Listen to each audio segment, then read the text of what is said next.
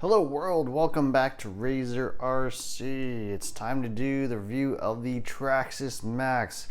This is a brand new 1/10 scale electric four-wheel drive monster truck from Traxxas. Just came out a few weeks ago. I've been bashing it, running it hard, and doing a lot of tuning, testing, driving, and it's finally time to do a review of this cool and exciting new monster truck from Traxxas. So this just came out in October of 2019. Sells for $530, although it is not currently available everywhere yet, but it's slowly making its way around the world. And I pretty much picked one up as soon as it came out. So I'm going to do a review of this truck in my normal method, where I review this in a bunch of different categories, giving a rating from 1 to 5 stars, where 3 stars is average, which means it's all graded on a curve, so average as compared to other vehicles of this type, a 4S monster truck. 5 stars would be basically best in class, really good, and 1 star would be really poor, pretty much worst in class. So that's how my reviews go. Hope that makes sense. And yeah, let's get into it. So a little bit of introduction. Traxxas, I think, has been sort of the king of the basher market for a long time, but Arrma, in my opinion, has sort of been doing well in this space over the last few years. Arrma's kind of been kicking butt with their 3S line, their 4S line, and of course their 6S line, which is really good. I also think it's kind of the newest, basher in a really long time. I don't think all new platform has come out in the 1/10 scale basher segment since probably like the Slash 4x4, which is really, the same as a Stampede 4x4, which is the same as a Rustler 4x4. So that line's been out for quite a while, and so it's cool to see Traxxas actually come out with something new. So the first category I want to talk about is the radio and electronics. Let's pop off the body real quick. Got sort of this clip-less body system. And yeah, the radio it comes with is the venerable TQI from Traxxas. Been around a really long time. I mean, the very first Traxxas I bought was a Stampede 4x4 VXL like 5 years ago. Exact same radio. I'm very familiar with this. Fairly basic radio out of the box. Really just 2 knobs, one for trim, one for the TSM, and then 2 buttons on top with a couple of LEDs. And so it's pretty difficult to use because there's just not a whole lot of adjustments. I mean, nice foam wheel, good trigger, good feel, but really difficult to make any adjustments out of the box because there are almost like no knobs to change anything. It's really just trim, and the TSM, no big deal. But so out of the box, I would actually rate this 2 stars. I think it's a below average radio as compared to other radios in the RTR class. Other radios generally have a lot of knobs where you can actually adjust all your trim, dual rate, etc. without having to go through any sort of weird menu system. This one, the menu system is so difficult to use that I really don't even like to use it. I don't even use it if I can. But on the other hand, there is one nice thing about the TQI, and that's if you spend $35, get the Bluetooth module. They call it the Traxxas Link. You can actually use your phone as a display, and then it becomes like a really good radio. Actually, probably the best RTR radio on the market today, because you just have, obviously your phone as a display, full color graphics, everything. So if you buy that Traxxas Link module, I would actually give it 5 stars. I think it's the best radio on the market. If you don't buy it, if you don't spend that money, I would give it 2 stars. So that's my opinion of the Traxxas TQI. Electronics here, 4S capable. I think it's a 36x70 4-pole motor, a large X Max size servo, non-standard, and then your standard, TQI receiver. Electronics otherwise are very good. Speed is excellent, as you would expect from a 4S vehicle. But the radio, I'm going to give it 2 stars or 5 stars, depending on whether you buy the Traxxas Link.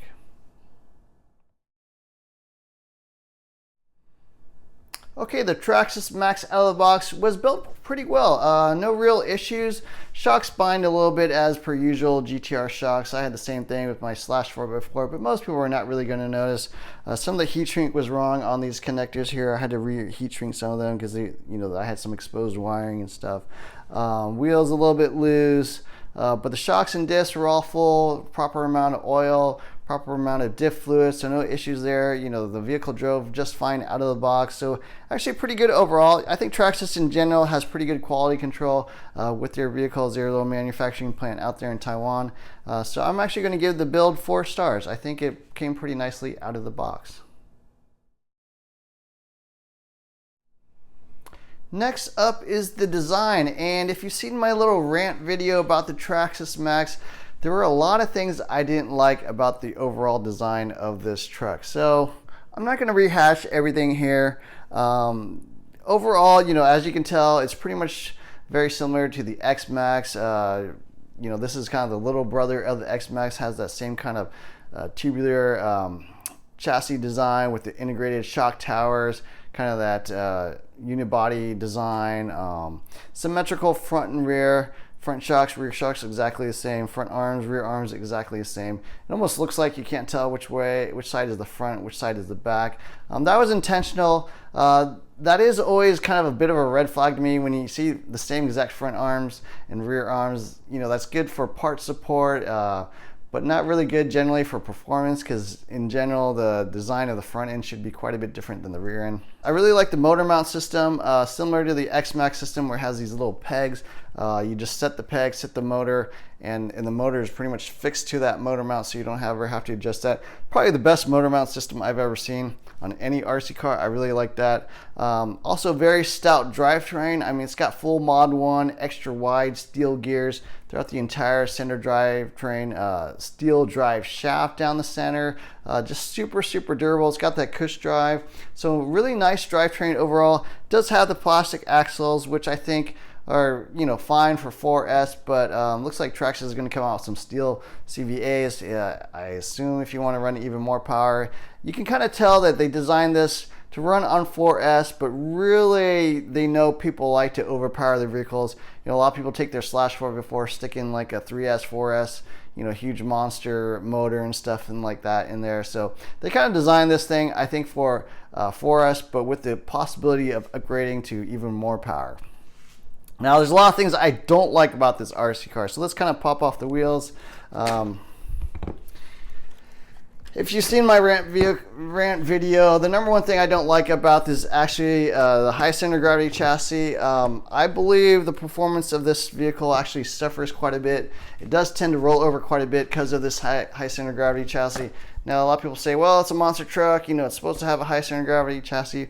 Well, it doesn't really help you in any way. It's really just for looks, because you have these, you know, diffs that hang down real low, and that's what slaps on the ground. So that quote high ground clearance doesn't actually do anything for you. There's a lot of other vehicles on the market, the Granite, the Pro MT, Techno, Armor stuff. They all have flat chassis. You don't need this. So if you want to go, you really want the flat chassis. If you want to, you know, just have the show, I guess the high center of gravity chassis looks nice, but I'm not the kind of guy that just likes to stick this on my coffee table and have people ooh and ah over how it looks. I want to be able to drive an RC car and have it perform well. So I'm not a big fan of the high center of gravity chassis. Other things that I mentioned, it does come with plastic hexes and little skinny 5mm axles. I put on E-Revo aluminum hexes. Those fit right on, cost 21 bucks, but I didn't like the stock pieces. Wheels also come with these little blue inserts to take up that little 5mm gap. Not a big fan of that. You know, just give me traditional 17mm hexes and 12mm stub axles, and that would make me happy. Other stuff I don't like is, for whatever reason, Traxxas again went with the threaded hinge pins. So these little guys right here, you know, on the camber links and stuff, or the H-arms up here, you know, they're all those typical threaded Traxxas hinge pins that back out on their own. They've had this problem on all their, you know, two-wheel drive vehicles. I think even the /4 maybe has some of these. They've had this problem for like 20 years. These things just back out on their own. Super annoying. It looks like they do have upgradable parts for 27 bucks. You can buy some, you know, captured hinge pins and king pins and stuff, but, you know, why does not come on the vehicle? I don't understand. Don't like that. I don't like the X-Maxx servo here. It is plastic geared. It is a weird size, so you can't, you know, fit in a normal size servo unless you buy the adapter for like $6-7 bucks. I don't like that.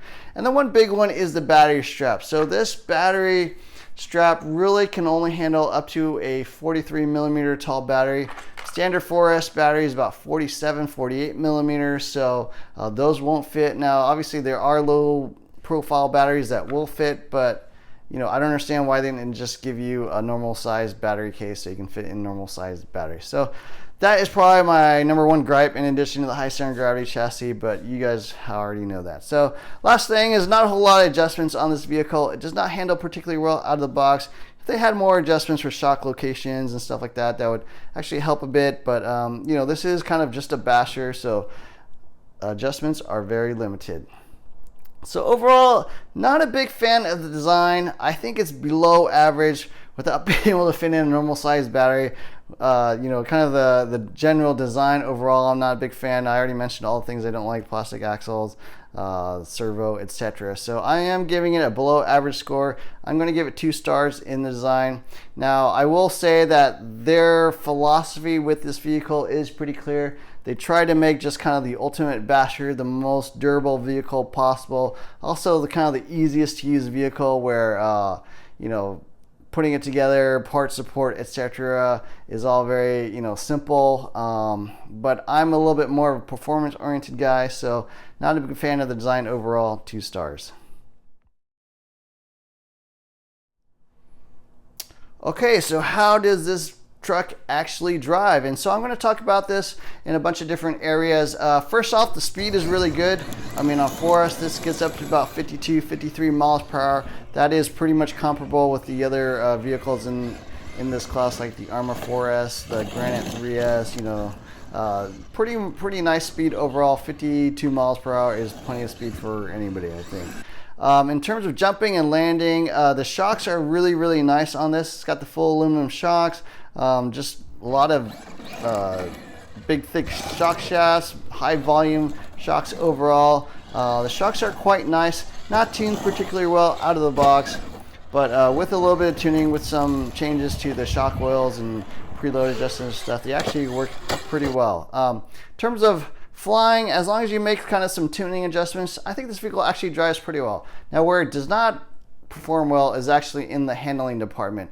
With that high center of gravity chassis, especially on the street, this thing rolls over a lot. It's really no fun to drive on the street because you just can't turn it at any sort of speed. It just wants to flip over. Super annoying. But I think on loose dirt, actually the lower the traction surface, the better this vehicle actually performs. I find it to drive pretty well on dirt, just really poorly on street, even maybe some higher trucking, grass, that kind of thing. So overall, I'm going to give the performance a rating of 3 stars. I think the speed is solid. I think the handling is below average. I think the suspension and shocks are above average. So overall, 3 stars. So how did the Traxxas Maxx handle giant jumps, backflips, double backflips, all that kind of thing? I have really not broken much on this vehicle. The only real issues I've had are with the fans. The ESC fan basically broke on the first battery pack. My motor fan is starting to go out. I'm going to have to replace that. I'm probably going to do the same thing. I have a video on how I changed out the fans on these things to use something a little more durable. That's really the main issue I've had with this truck. Everything else pretty much has not broken.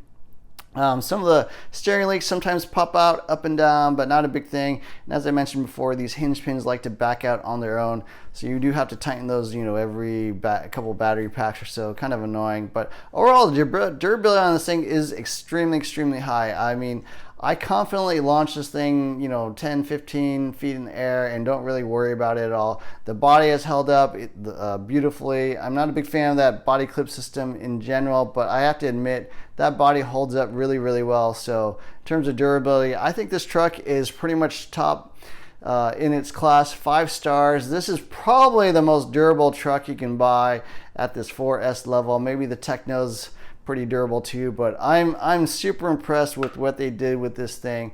There's videos out there of these things jumping over semis and stuff. I mean, the durability on this thing is extremely high, and I'm quite impressed overall. This gets full marks in the durability category. Okay, next up is support and maintenance. And Traxxas is probably the largest brand in RC today. Really easy to get parts anywhere. You can get parts online. You get a lot of local hobby shops will carry it. There are even Traxxas branded stores. So part support has always been excellent with Traxxas. Their customer support has always been excellent. Quite impressed overall. In terms of maintenance, this truck is not that easy to work on.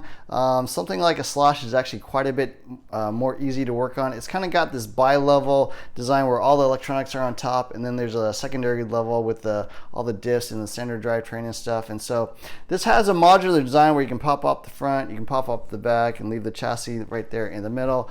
But that turns out to not actually be the easiest way to work on this thing. So I found actually the easiest way to work on this thing is to just flip it over. If you want to get to the diffs, just start removing stuff from the bottom. All the diffs are actually accessible from underneath, so you got to remove the, like for example, the center diff, you got to remove this, you got to remove this, you got to pop out the hinge pins, remove the little hinge pin block, and then there's like another level you got to remove. So it's somewhere around 20-25 screws to get to that center diff, which is the hardest part to get to. So I think the maintenance is a little bit challenging on this, not super hard, but definitely more difficult than you would expect from most 1/10 scale vehicles. So while I think the support is, basically 5 stars, customer support is excellent, the maintenance is a little bit more on the average side. So overall in support and maintenance category, I'm going to give it 4 stars. Pretty good, above average, but not perfect. Okay, last category is value. And so the Traxxas Maxx sells for $530 here in the United States. There's no way around it. That is really, really high. That's higher than I think any other RTR 4S vehicle on the market today.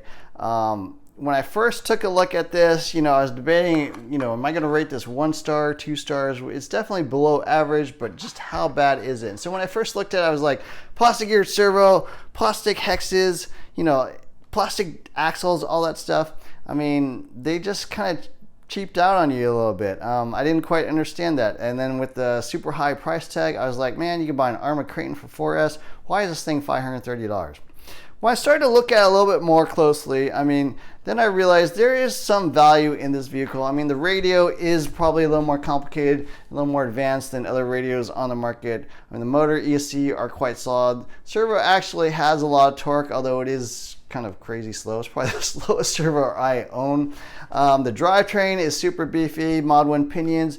The differentials are really, really nice, nicely machined, all steel gears, internal gears, the crown gears, ring gears are all steel. So super beefy drivetrain, except for these drive axles, which are plastic. But otherwise, this thing has a super strong and durable drivetrain.